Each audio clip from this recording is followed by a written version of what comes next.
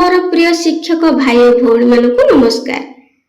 आज वीडियो रे उत्कल दिवस उपलक्षे सुंदर भाषण टे प्रस्तुत करिछि।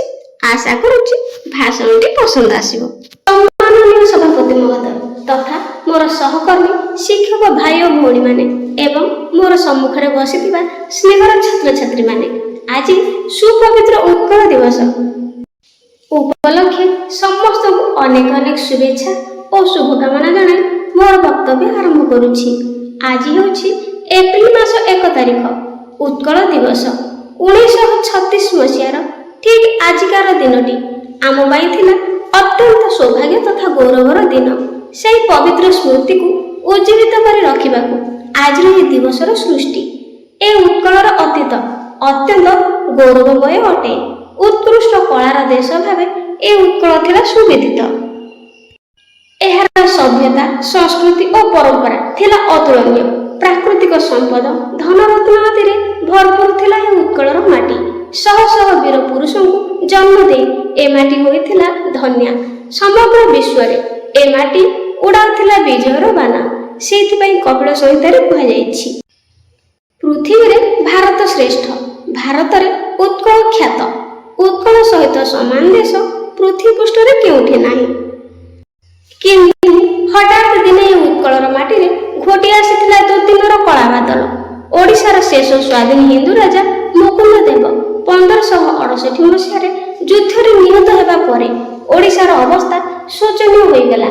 तापर बहु दिन धरी अफगान मरहटा और इंग्रेज आदि पराधीनतार रजुरे छंदी होई रहिला।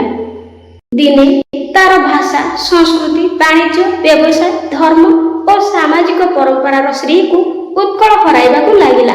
गंगा ठारू गोदावरी पर्यंत परिव्याप्त ए उत्कल खंड विखंडित हेबाकू लागिला। ओडिशा को भारतीय मानचित्रରୁ हटाइबाकू अपप्रयास करागला। किंतु वीर प्रसविनी आमर ए उत्कल माटी ता कोଳରେ जन्म नेइछन्ति केते स्वाधीनचेता महापुरुष तथा वीर पुरुष माने जाहाको अविरत संघर्ष बଳରେ ए उत्कल पुणी निजକୁ संगठित କରି छिड़ा हेबाकू सक्षम हेला। जो वीर महापुरुष मानक जोगी यह संभव हो पारिला सेमानक मध्यरे अन्यतम हेउछन्ति उत्कल गौरव मधुसूदन दास।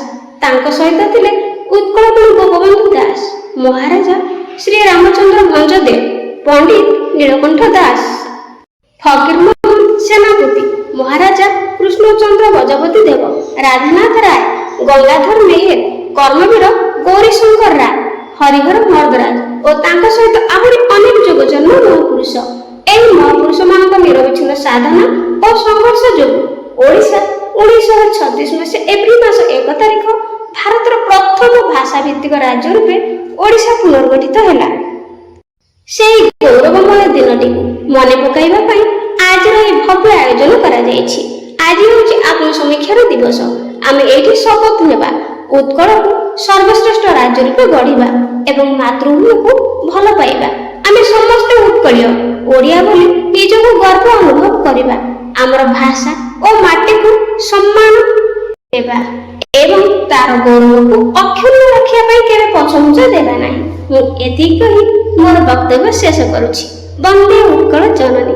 आशा करूछि वीडियोटी पसंद आस्तिबो। पसंद आस्तिले चैनल को लाइक शेयर सब्सक्राइब करा पे जमार भूलिबेनी। आज पे रहउछि धन्यवाद।